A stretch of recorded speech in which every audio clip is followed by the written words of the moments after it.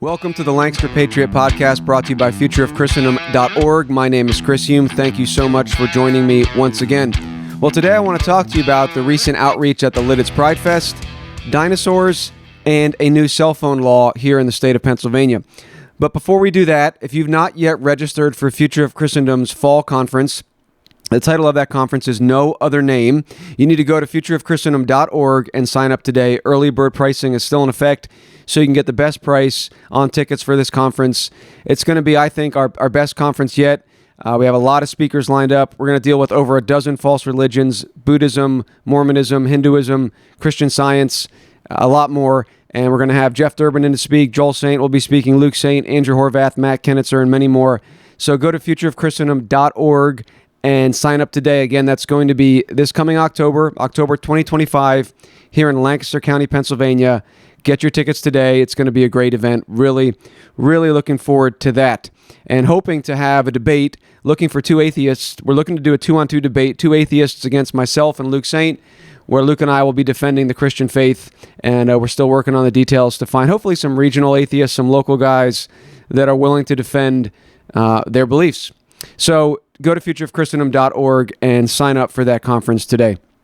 Okay, I want to talk about the Lititz Pride Fest outreach that just took place this past Saturday, June 7th. It's the fourth year in a row I've been there at the outreach.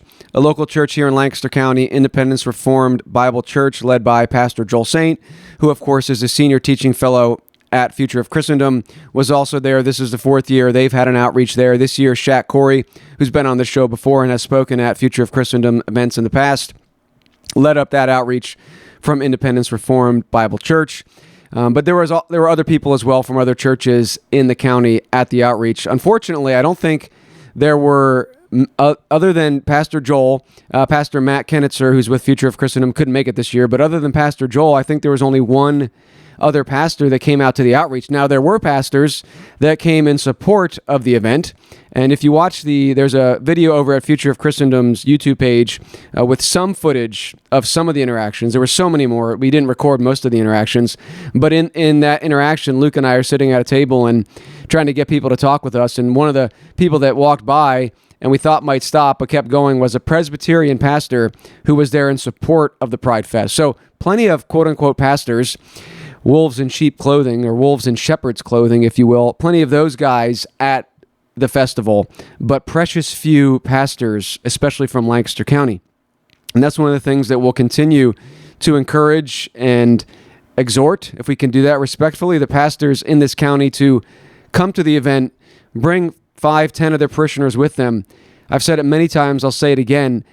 I believe if Christians in Lancaster County, and maybe this is true in your county too. I mean, Lancaster County, Pennsylvania is sort of known as the Bible Belt of Pennsylvania. And there's hundreds of churches here. And, a lot of people say, well, if the Amish and the Mennonites just went out there, this thing would be shut down. That's probably true. But I'm first looking at the Reformed churches that have the right theology for bringing the gospel into the public square and confronting the forces of darkness. The Mennonites, the Amish, they're very pacifist, both in the physical realm and perhaps in the spiritual, some more than others. And so they're not the first people I'm going to and say, hey, it would be great if the Amish were out there. But if the Reformed churches can't set the example, and if year after year it's just a small group, I can't really expect the thousands of Amish to come out and oppose this abomination fest. But I've said it before, I'll say it again. If we could get a fraction of the churches in Lancaster County just to be out there and oppose this, I really believe there would be some serious pushback from the city. The residents of Lititz would maybe finally wake up. I've spoken with people in Lititz, and they said, I had no idea this was going on. I don't want this happening in my town. And the first year that we were out there for an outreach, this would have been, the four events ago, 4 Pride Fests ago. So this would have been back in 2022. It was almost shut down the next year. And part of that was because of our efforts, and it was only a dozen or so guys that first year. We have many more people now at the outreach, but it's still just a tiny fraction of a fraction of a fraction of the Christians that oppose this and could be out there. Now, some people push back and say, why are you going to this event? This is not the right approach. I'm going to actually read something here. This is a comment someone made, and I actually have another portion of this man's comment to deal with at the end of the episode regarding the cell phone law. But he said this: after talking about the cell phone law, which we'll talk about in a moment. He said, as far as your other posts, being belligerently and in your face towards sinners is not the example set by Christ. The only thing he ever did close to that was when he was flipping tables at the temple. And he only did that because people had monetized salvation. Actions like yours will only turn people away from God, not towards him. Why would they want to be like that? Love people to bring them to Christ. Don't hate on them. It makes all Christians look bad. Is sin bad? Of course. But being heavy-handed against sinners is counterintuitive. We all sin, and people aren't out there protesting your flavor of sin. All right, a lot we could say there. A couple things I want to mention first of all. If you've never been to one of these Pride Fests, I'm not going to say you can't comment on it. I'm not going to say, well, you have nothing to say to this if you've never been out here, because I think that's false argumentation, right? You can comment on things even if you haven't been to them, if you are bringing the biblical truth to bear. But I do wonder, the people that critique our style, and I think these people have never been out. I know this person has never been out with me at an outreach. Maybe they see a picture. Maybe they see a video clip. I mean, if they watch the video that went up on Future of Christendom, they'll see that we're gracious, we're patient. Yeah, we get into discussions and disagreements, but, that's just, we're not out there hating on people. Now, here's something, though, you need to keep in mind. There's a distinction between two types of people, and hopefully the commenter here understands that if he reads through Scripture, especially if you're talking about Christ, because he brings up Christ, and he said Christ never did this. He said the only thing he ever did close to that was when he was flipping tables at the temple. Now, I trust this man knows his Bible better than that. There were many, many times where Christ had scathing rebukes especially for people who are leading others astray, okay? That's a category in Scripture. Go to Matthew 23, the scathing rebukes for the Pharisees, whitewashed tombs, right? In John, where Jesus rebukes them and said, you are of your father, the devil. There are scathing rebukes that Christ has, especially for leaders who are leading people into sin, right? You won't lift a finger, and yet you are causing others to bear these burdens that you won't bear yourself. You're causing people to be twice as much sons of hell after you get through with them. These are Jesus's words directed at leaders who are pulling people into sin. Now, you have to keep those categories in mind, because that is exactly what you see if you go to these Pride Fests.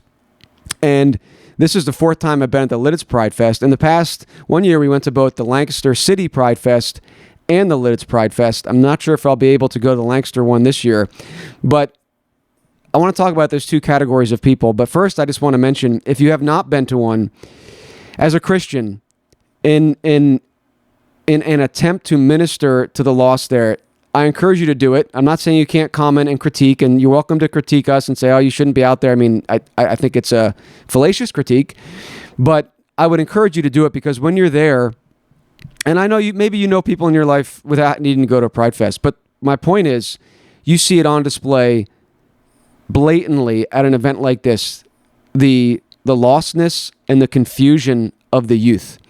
And the first year we were there in Lititz, there were not escorts that were taking away the teenagers, 14, 15, 16-year-olds, maybe younger. I don't know. I don't know where these people's parents are. They're probably in the government school. They have access to who knows what on their phone, and they're coming to Lititz Pride Fest dressed extremely immodestly and being affirmed in their perverted ideology that has been given to them probably at the government schools. So you have these young people who want to discuss these things.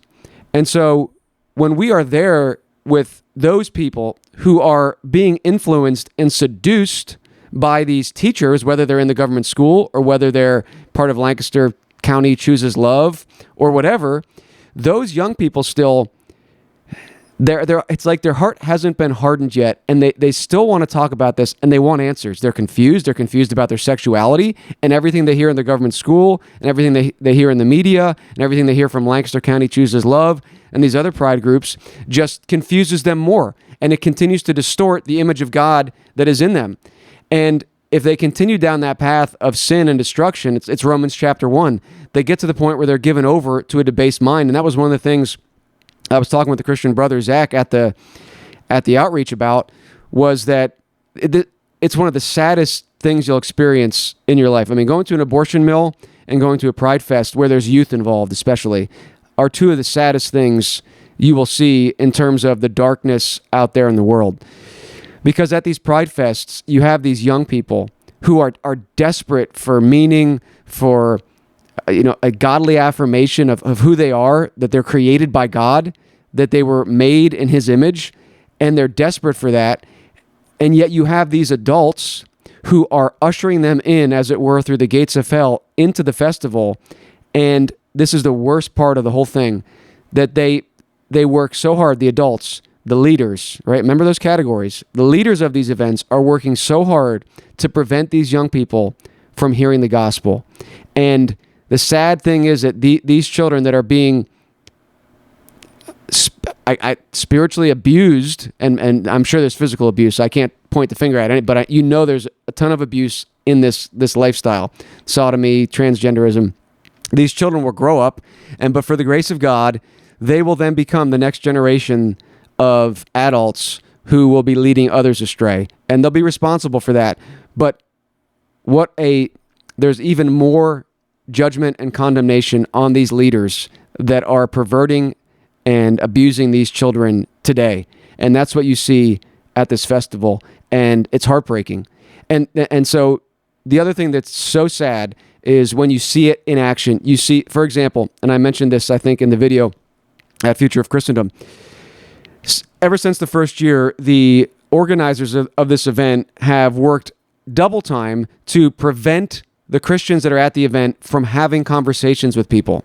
They can't have that. They do not want, especially the young people. What you'll see is that, so they have a brigade of umbrella people who, as soon as they see someone coming towards the park, they will make a beeline towards that person and try to take them away from the Christian that is out there sharing the gospel with them. And what you'll see is they're especially adamant about, if they see a young person, 20 or under, they're going to work very hard to prevent that person from having a conversation with a Christian. If it's an older person, they will initially try, but then they'll kind of be like, all right, whatever, we don't care. We tried to bring you into the park there. But if it's a young person, they really won't leave you until they get that person away from you and into the park, because that is their target. Their target is the children. And I had one young lady was dropped off right in front of the park. I was right there, and my strategy this year, I was simply handing out gospel tracts, smiling to people, offering them a gospel tract, offering them to talk about the good news of Jesus. They say no, I say, hey, have a great day, smile. There's no hatred, there's no bitterness. There's not even really any righteous anger towards those people, the young people that are being brought into this, right? But there is some serious, and rightfully so, righteous indignation towards the adults who are the spiritual leaders of this death cult, who come up to a teenager and say, hey, don't come into the park. Come into the park. You don't need to listen to these people. Come into the park. When that teenager wanted to have a conversation, you offer them a gospel tract. You say, hey, would you like to have a discussion about the good news of Jesus Christ, about purpose in life, about hope, about forgiveness? And those young people, they're oftentimes, not all of them, of course, but oftentimes, way more than adults, say, yeah, I'd like to hear what you have to say. And this is why, Jesus said, if woe to those who cause little ones to sin, it would be better if a millstone were hung around their neck and they were thrown into the depth of the sea, right? Like, there's a special place of judgment for causing little ones to sin, for leading children astray. And there is a sense of their heart has not been hardened to the point of these adults, and they want to talk about this stuff. They want answers. That's why they're so susceptible to this death cult, because they're confused out of their minds from the government school, and you have people offering them the true message of hope and purpose, and these adults are pulling them away from that. So that's what you have going on there. You have these two categories. You have these silent witnesses who are completely hardened in their sin, completely hardened. The man of adamant right here, like you cannot, they are trained not to talk to you. If they do, it's going to be complete mockery, even if you are completely sweet and generous and just telling them you're praying for them and please don't do this, please don't assist children going into this festival. They do not care. They are hardened. They are set. And this comment here that Jesus the only thing he ever did that was close to being belligerent or in your face, I mean, those aren't the words I would use, but I would say confrontational and rebuke. Jesus did not just do that when he flipped the tables. He did it many times. Read your Bibles, read the New Testament. Jesus rebuked the leaders who were leading others astray. Woe to you, blind guides, blind leading the blind. And these people at the Pride Fest, they fit that category perfectly. So this man either does not know his Bible or he's intentionally twisting it and saying that the only time Jesus ever did anything that would come close to confrontational interaction with someone about the gospel was when he flipped the tables. And I think that's actually the only time that's when Jesus used physical force, perhaps. Maybe that's the only time in the Gospels we have that I can think of in the moment. But we're not even using physical force. We're not there flipping the tables inside the Pride Festival. So don't tempt me there with that. But we are there to preach the gospel. We're there to call people to repent. And there are categories of people, as this is clear in the New Testament. You have people that are being led astray, and you have people that are leading others astray. And if we can't have those categories in mind, I think we need to go back and study the Bible more. So, all right, that's one thing I really wanted to say. The approach at these festivals, and Luke talks about it in the video at Future of Christendom. Yeah, you have some open air preaching. You have some public exhortation and proclamation of the gospel. But with the people that are coming in, we are not provoking. And of course, there's people there that I can't control everything that happens. And that's the other thing. Some people, in my efforts and other people's efforts to get other churches and pastors out, some people are going to say, yeah, but we don't want to be associated with people out there that are screaming in people's faces and all that. And look, I get it. In the past, I don't think this year so much, although I was only in one part of the park this year, or I wasn't in the park, but one part of the city. But in the past, there have been some people there. I don't think they were from Lancaster County. They definitely weren't from... Yeah, I don't think they were from maybe up in Harrisburg or somewhere else. Their approach was not the one that I would recommend. But that's going to happen, right? And just look at the book of Acts. I mean, my pastor preached on the book of Acts today, talking about Pentecost and how, you read through the book of Acts, the apostles, and not just the apostles, right? The apostles are scattered, I think, and then the Christians are going around preaching the gospel as those apostles are scattered, or vice versa. I might have that backwards, but clearly it's not just the apostles who are preaching the gospel. And they're out, they're engaging the culture, and when that happens, it's messy. You have people that claim to be Christian, you have people that are baptized, you have that, I think, Simon in the New Testament, and then it turns out they don't have the right motives, and you got to deal with all that stuff. But that's not a reason for you and your church not to come out to Lititz or Lancaster or wherever, simply because, well, we don't want to be associated. There might be a Christian out there who's not doing it the right way, and so we can't be out there. That can't be the way you approach Christian ministry and evangelism and apologetics. You're always going to have people who are doing things in a way that you wouldn't like. But the solution is not to retreat and say, well, I can't get out there and get my hands dirty. The solution is to get even more people out there and set a better example, and maybe even discuss it with that. I mean, if people were out there at the event engaging with the people, I would take their critique. I mean, it would have so much more weight to me. If they were out there and they had the biblical gospel and they were calling sin, they were like, you know what? I would just tweak this thing that you guys did. I would tweak this a little bit. I mean, I welcome that. I would want to hear that. But for people to sit back and say, you guys shouldn't be out there, that's hateful. It's hard to take that seriously. And it's hard to take a comment like this seriously that says, Jesus, the only thing close that Jesus ever did to that was when he was flipping tables at the temple. And he only did that because people had monetized salvation. So I don't understand the logic here. So ostensibly, this guy would say what Jesus did was okay. Of course, I would say that. Whatever Jesus did is right. And he said the only thing he did that was because they had monetized salvation. So that's the only time there's other times Jesus rebukes people, even as anger, righteous anger, for their unbelief, for their hardness of heart. All right? And it's not just about monetizing salvation. He had choice words for those who would cause little ones to sin. So this is just a very shallow, superficial reading of the gospel records. Okay, so let's move on now. I encourage people to come out to the next Pride Fest, and we will try to do some other outreaches. Also, in the interaction that we have on film at Future of Christendom, the idea, is an ad hominem, and Luke Saint in that interaction, which I'll play a clip of it as it relates to dinosaurs. Luke did a great job in that conversation. I mean, I'm sitting there trying to produce the video, and I'm like, can we get to the point here about the Pride Fest and homosexuality, or male or female?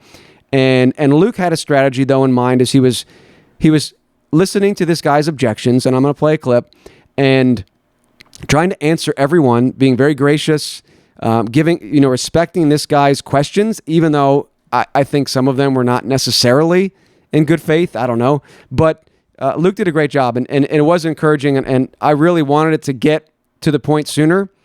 But Luke had a strategy involved in that, and I think he did a good job. So I'm going to play that in a minute, but I was going to say something else here, and I forget what it was. I'll probably come back to me here now. So, let's play the clip. I totally forget what I was going to say about that interaction, but let's play the clip, and then we will discuss it. So watch this clip, and this has to do with dinosaurs. So let's watch this clip, and we'll go from there. Well, would you be surprised if I told you the Bible talks about dinosaurs? I would absolutely be surprised. Yeah. As a Catholic and somebody who believes very much in the New Testament, yeah. Yeah, Job 40 and 41. Okay. They talk about Behemoth and Leviathan. But I'm just saying, why is there no written record of it? Like, there's Job's a written record. What is Job? Book of Job. Job talks about it. Yeah. But I mean in the secular world. Well, it depends on who you ask, because there are some secularists who do believe that the man interacted with science, with dinosaurs. But I mean, you understand what I'm saying here, right? You guys are here talking about Jesus, right? Yes. Okay. Yeah. Now, Jesus was one man in the world, and he made a big impact. Now, if there was a bunch of giant lizards around 500 years before that, you would think that would be mentioned a lot more than one guy in... What was it? Palestine, Israel? I don't recall at the time. Well, I mean, for our records today, horses are a normal thing, right? But you don't really hear horses being somewhat of a phenomenon in our culture, right? No, but I hear about horses in history. Yes, you do, and you hear about dinosaurs in history. I just told you the Bible talks about them. But what I'm saying is, in secular society, yes, there is no written record of dinosaurs, despite them being all over the globe. That's not true. If you look at the records of the Aztecs and the Indians, many of them depict dinosaurs and humans hunting them. I would love to know that, because the Mayans didn't have any written language. So is there any written record of? Yes. All right, so that was part of the interaction. If you want to watch the full interaction, go to Future of Christendom's YouTube page with that gentleman and Luke Saint. And this guy started bringing up all these objections, and it was really good, actually, afterwards, as I listened to it again and heard his objections. They really had nothing to do, ultimately, with what we were initially trying to get people to talk about. But these are the objections that people bring up, and that's another reason to get out there on the street and talk to people. And if you're kind of kept insulated in the Christian community, some of these objections sound really strange, and I mean, ultimately, I don't think they carry much weight. But this is these are the things people are thinking about. And when this guy started bringing up dinosaurs, I just started thinking about Ken Ham. And if you haven't been to the Creation Museum and the Ark Encounter put together, that's Answers in Genesis, go check it out in Kentucky. It's an awesome attraction. But this is something Ken Ham has been saying for decades. Like, dinosaurs are an evangelistic tool, and the evolutionary theory has led people to see dinosaurs as this great stumbling block to the Christian faith. And here's this guy who, of all things, brings up dinosaurs when we're at a Pride Fest, and Luke answered every objection. And that was Luke's strategy, to say, okay, let me answer your objections. You're critiquing my worldview. I'm gonna answer them, and then I'm gonna come for your worldview. Now, of course, if you're listening to this guy, he's like, well, there's no written record of dinosaurs. And then Luke's like, yeah, there is in the Bible. He's like, oh, well, there's no written record outside of the Bible. And Luke's like, yeah, there is. And he's like, well, I need to see it. And so really, these objections, I don't think they're actually like deep-seated, like things that he really thinks are keeping him from the Christian faith. This is with everything, especially if you understand apologetics from a presuppositional approach. They're just excuses, because you can answer these objections, which Luke did. I mean, just answered them, and then he just goes on to the next one. So it's not like they have an important place in his thinking, because if that were the case, when these objections are answered, he'd have to step back and kind of reevaluate everything. But it's just a list of objections that he can just run through because ultimately the problem with the unbeliever is not that he doesn't have enough evidence to believe in the gospel. It's that his heart is at enmity with God and he needs the work of the Holy Spirit. And that's why ultimately the thing that is going to bring about salvation is not our clever arguments. It's not even our prayers, as Luke mentions when he was talking to some Catholics, but it's the gospel applied by the Holy Spirit. So of course we pray, of course we're out there, but the gospel is the power of God unto salvation. The heart needs to be changed. Now, God uses means. He uses Christians to proclaim that message. But when it comes to apologetics, you answer the objections. And Luke answered the objections. He was probably more patient than I would have been in dealing with this gentleman and answering his objections.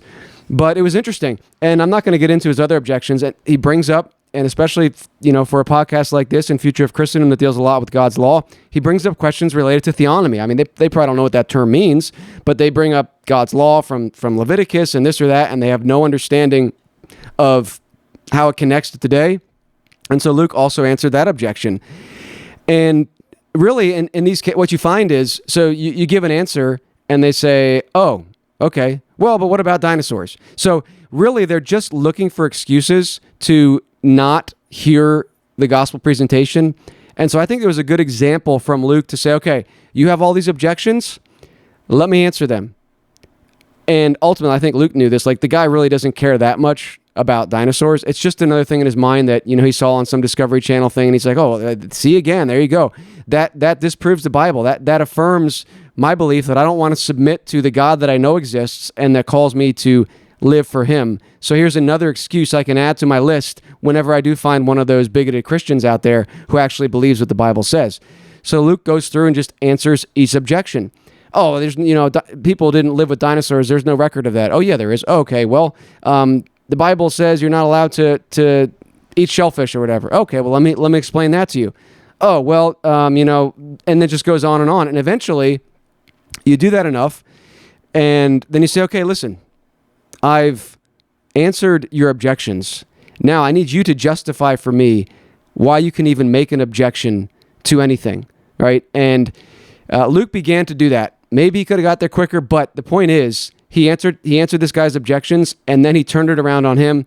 And then I think it was like, if you watch the video, the guy was like, I can't track anymore. He said he was off his medication or something. Maybe that explains a lot. But Luke then challenged him on his worldview and his standard of right and wrong.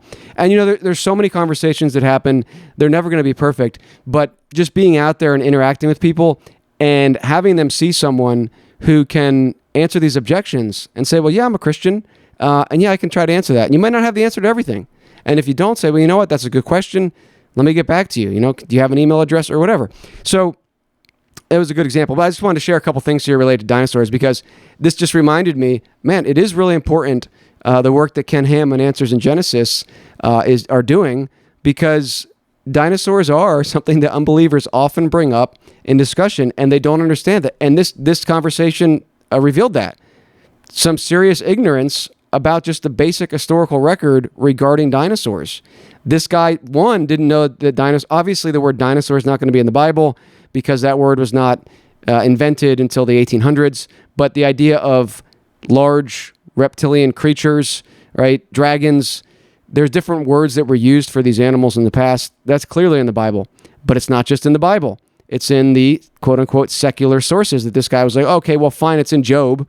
Which you'll note, like, for a guy who was initially seemed to be pretty staunch about, this dinosaur thing is really keeping me from the Christian faith, as it were. And then Luke's like, oh, well, the Bible does talk about dinosaurs. The guy wasn't like, oh, it does? He said, I'd be surprised, but then he just moved on to his next objection. He's like, okay, well, fine, it's in the Bible, but what about the secular sources? And then Luke said, yeah, it's in there too. And again, he wasn't like, oh, well, wow, I just had two major blows to this belief that I held. No, he just moves on to the next thing. So, well, yeah, but it would be, I think it would be more. So obviously, this was not an objection that I think was really keeping him from the faith, because again, these are just excuses. But still, if you don't answer them or attempt to answer them in good faith as a Christian, it kind of prevents you from having that conversational capital to then go to them and say, okay, well, you need to answer this. But just for the record here, this is from the Revised and Expanded Answers book. This is just a few examples of dinosaurs, as it were, in history. So, one, a Sumerian story dating back to 2000 BC or more tells of a hero named Gilgamesh who, when he went to fell cedars in a remote forest, encountered a huge, vicious dragon, which he slew, cutting off its head as a trophy. Okay? Next one. When Alexander the Great, circa 330 BC, and his soldiers marched into India, they found that the Indians worshipped huge, hissing reptiles that they kept in caves. So again, another secular account, historical account of what we would consider today to be dinosaurs. Of course, they didn't use that word back then. 3, China is renowned for its dragon stories, and dragons are prominent in Chinese pottery, embroidery, and carvings. Again, this goes way back to before the time of Christ, ostensibly. And so these are multiple lines of evidence for the fact that dinosaurs were around when people were. 4th, England has its story of St. George, who slew a dragon that lived in a cave. And 5th, there's a story of a 10th century Irishman who wrote of his encounter with what appears to have been a stegosaurus. My favorite dinosaur, by the way. Anyway, there's many, many more of these things. Go to Answers in Genesis and check it out. And the point here is, obviously, I'm not making a full defense, but this guy apparently had no idea of this stuff.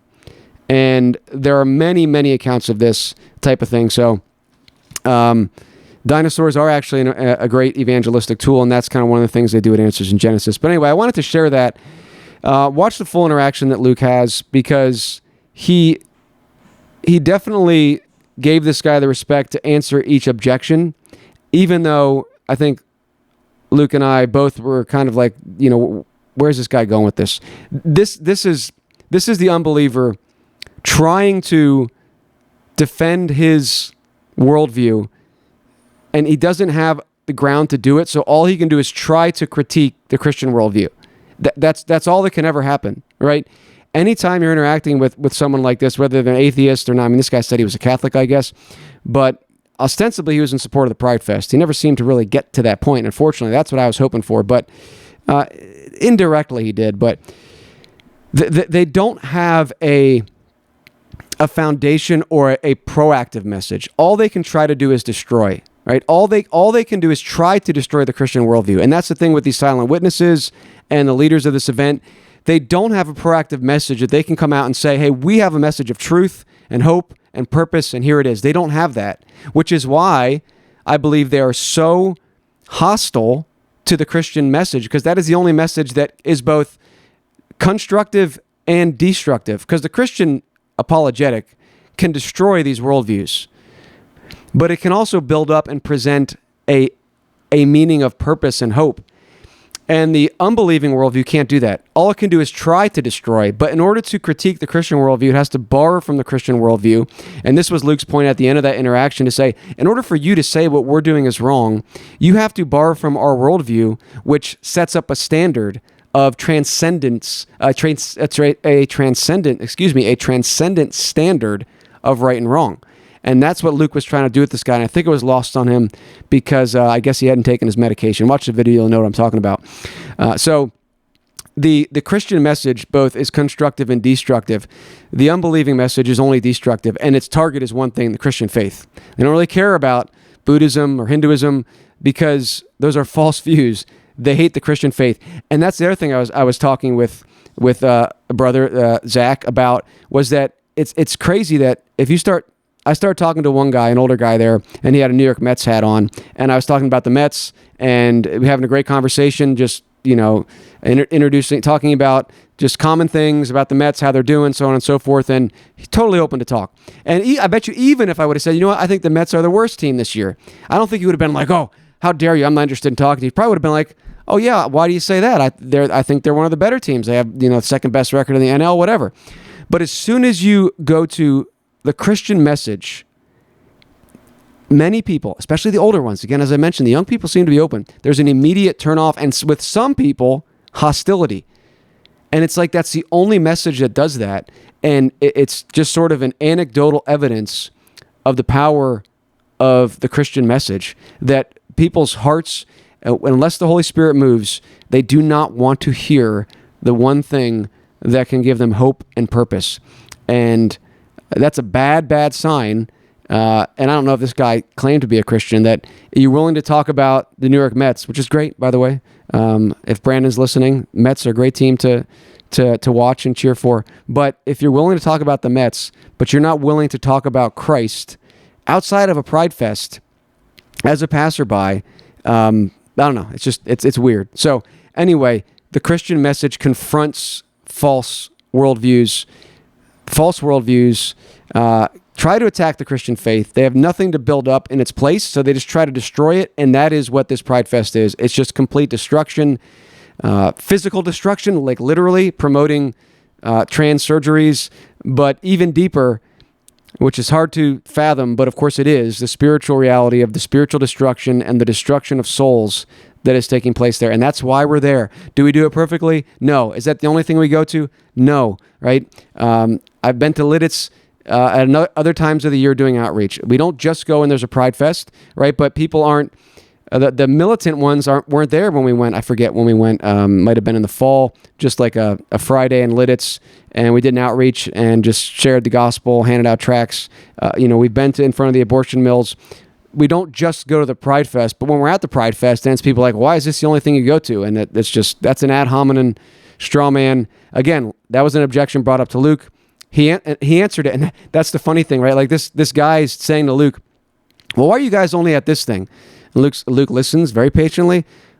He's like, I've heard that, but I've been all these other places. And the guy's like, oh, well, that's great for you, but why isn't everybody else like? And he's just like, it's just a list of excuses that the guy is trying to find anything he can hang on to reject Christ as Lord. And you answer those objections, and then you turn it back around. So, all right, check out that whole interaction.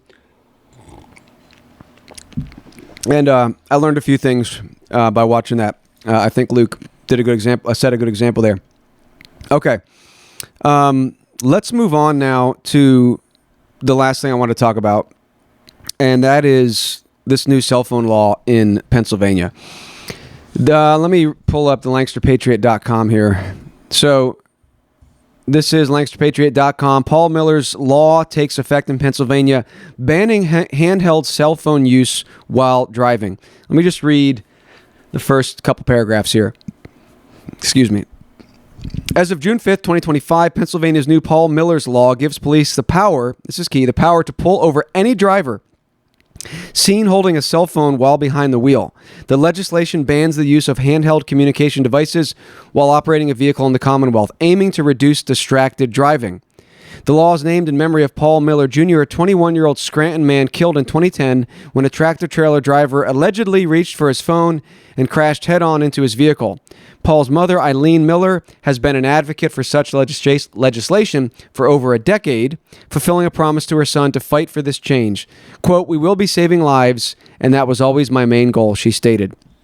Okay, now I have a problem with this law, and people's immediate reaction to a critique that I have for the law may be, what? You don't care about people dying in car crashes. You promote distracted driving. You're so... And no, that's not what I'm saying at all. In fact, and this is one of my critiques, I think that man-made legislation like this actually leads to less safety and leads to more persecution of the righteous, leads to more forced taxation, leads to more deaths ultimately than if we had God's law. I mean, this is an argument we've made many times on the show, especially as it relates to speed limits. If we had biblical law, even just a principle of biblical justice in place, where if you harm someone and if you harm them and you're reckless, a judge would adjudicate that and you would be held responsible. That's a far more powerful deterrent, if you will, to recklessness than some law that is going to be a warning and then a $50 fine, whatever it is, right? That the real deterrent is when people have to make right the things that the wrongs they have done, and ultimately that can mean your execution. If you are wantonly careless and reckless and you kill someone, that's your life, okay? And less than that would be some serious restitution. But this law, what this will do is, it's going to, one, I mean, these are in no particular order, but one, it gives police the power, quote unquote power, to pull over any driver seen holding a cell phone. So you've just given police another means to meddle in people's affairs. I'll tell you what this is going to mean more of probably is more deaths for police officers. And I know they have their thing in there where they're like, oh, well, we're going to do our racial monitoring to make sure this is not biased. So the police officers have to keep track of, how many people, white, black, Asian, whatever, male and female, the different. So they have to keep track of all these things of who they pull over for seeing them with holding a cell phone to make sure this is not biased towards one race. And it's another stupid part of the law. But this gives police more power to meddle. And I talk about this in my book, 7 Status Sins. And I think Adam Terrell, in his book, Public Stoning, addresses this too. But the idea of the police, the modern police officer, it empowers people to do things that no one else is able to do. And it goes to police officers' heads. I'm not saying all of them, all right, don't get your panties in a bunch, but to give people that sort of quote unquote power and not expect it to lead to problems, I think is kind of asinine. For a police officer to say, I can pull anybody over now. One, there's already, we can get into all the court cases, Terry v. Ohio and all these things about, suspicion and all that stuff. But now you're just giving them another reason to say, well, I can pull you over. And this is going to, I bet you there's going to be a case, I hope it doesn't happen, where someone was pulled over because they had a cell phone and it leads to some shooting, right? Maybe, this has happened with drugs and other stuff. Like it puts police officers in a dangerous position and it puts the people in the car in a dangerous position. And that's not even my main objection with this law, although the fact that it gives police more power to pull people over is a huge concern. And the idea that we even need police officers, that is part of my critique. And that's very hard for people to swallow because they're like, oh, what, are you an anarchist? No. And if that's what you think when you hear this argument, you have not respectfully listened to our arguments. You obviously haven't read the books we've written. You haven't watched the presentations. We're not anarchists. We're not saying there should be no government. But if you can't step back for a minute and at least consider the question of what would it look like if we didn't have the modern police officer, do that before you react to a critique that we have at Future of Christendom or Lancaster Patriot or whoever. We have a critique of a law like this. Think about what the office of the modern police officer has given us and what it has taken from the people. It has taken the responsibility of safety and protection away from the people and placed it on a small group of people who are now empowered to do things that no one else can do and who are now kind of responsible unofficially because legally, actually, they're not required to protect you. That's a misconception. The police officers are not required to protect you. But that's the idea in the American mind that, well, now these guys will keep us safe. They're allowed to carry around guns anywhere. They're allowed to stop people if they look suspicious. They're allowed to pull people over if they have a cell phone in their hand. And no one else is allowed to do that. So that's part of it. The other thing is what man-made legislation does is it creates loopholes. First of all, there's going to be lots of loopholes in this law. I guarantee you the police officers will not have to follow the letter of this law. And they might say, well, no, we're not allowed to have our personal cell phone and all that stuff. They're going to have their 14-inch, laptops, whatever. There's going to be unequal weights and measures. And additionally, you're going to have people now who say, okay, well, in the past, like we've already kind of made some things like, I'm going to try to do hands-free. I still got to use my phone. Now it's about, okay, now if they even see me with the cell phone, so what are some people going to do? They're going to hold their phone down lower towards their lap, and so that the police officers can't see it, so they can then deny it. And if the police officers can't see it, the police officer might not be willing to go to court. So, but what's that going to mean then? Instead of having the phone here, just like you touch the radio or a GPS, where you can kind of see the road and see the device. Now you're going to have your phone down at your lap and you're going to be looking down. Your eyes are going to be away from the road more than if you didn't have this dumb law and you had people that, okay, hey, I got to do something quick, touch the radio or touch my phone. I'm going to hold it up here so I can still see everything and do it. Look, people are going to do things, and the idea that man-made legislation can prevent all those things is a pipe dream. That's why God's law is succinct, it's concise, it deals with restitution and justice. It doesn't deal with creating safety precautions that are enforced. This is a key thing, that are enforced by regulatory agents and quote-unquote law enforcers. And people always bring up the parapet law. We've talked about it a lot, so I'm not going to bring it up again. But you didn't have a body of law enforcers walking around checking on people, and you didn't have law enforcers doing that. So today, the idea now that you have law enforcers who their job is to go around and make sure you're not doing something unsafe. That is the nanny state. It doesn't promote justice. It promotes actually more unsafe practices, and it leads to an increasing body of law enforcement that needs to be paid by forced taxation. So I made the argument in a post, I think, that, what's next? You can't eat a sandwich, or if you're a lady, you can't put on makeup. You can't open a ketchup packet when you're driving. And so I want to read an objection here. This is from the same guy who critiqued, I guess, our approach at the Pride Fest. And he said this: "Bro, you have gone off the rails the last year. You were a cop." I was in law enforcement in the Air Force and didn't really enjoy it. And he says, "Don't be hypocritical," which I'm not sure what he means by that, but I'll keep reading here. "If you had stayed in and actually had any real experience on the road, you would know how dangerous cell phone use is. I'm not sure why you need to be a cop to know that, but odds are if the cell phone user gets in an accident, the other driver or family would be the ones getting hurt." Okay? "Condoning unsafe driving practices in lieu of a preventative law being enacted is a very irresponsible stand to make. And comparing it to opening a packet of ketchup for your wife is dramatically sophomoric at best." So I think he really misunderstood the critique. One, I'm not endorsing distracted driving, but you have to understand distracted driving is in the eyes of the beholder. And that's why God's law doesn't give us these prescriptions. It calls for us to have wise judges to adjudicate after the fact. I might say what's really distracted driving is if you have your 3 dogs in the car who aren't in a crate and you're eating a cheeseburger, right? Like, that's super distracting. And the other person might say, "Oh, the fact that you switched your Pandora station on your cell phone, that's really distracting." Or the fact that you have toddlers in your car. I mean, what's probably the most distracting thing ever that I've experienced in my life driving is my 5 kids. But you know what? You have to take responsibility and say, I'm still going to take responsibility for driving on this road. I got in this vehicle. I'm responsible for my actions. Whether I get distracted by a cell phone, a cheeseburger, a dog, my children, I'm responsible for what happens in this vehicle. That's just a biblical principle even of justice.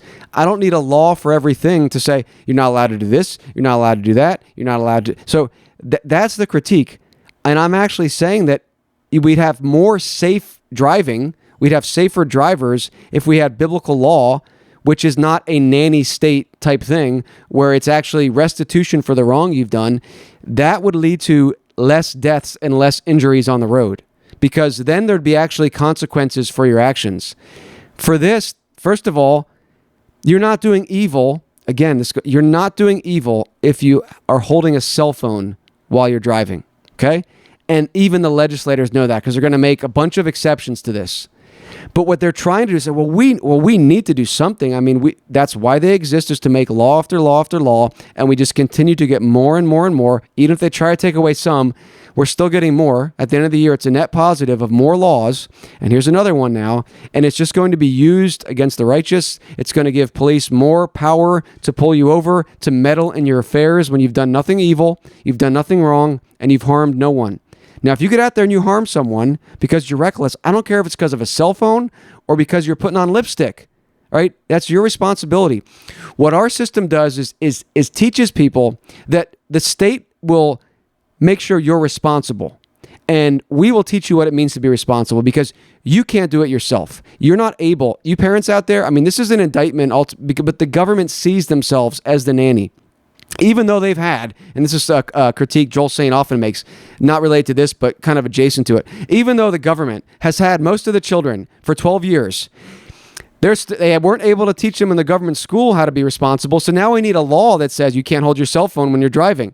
Right? This is the insanity of the man-made legislative system. We create the problem. We force you to send your children to the government school. Thankfully, some of them have allowed the hoi polloi to homeschool, but generally speaking, they want all the kids in the government school.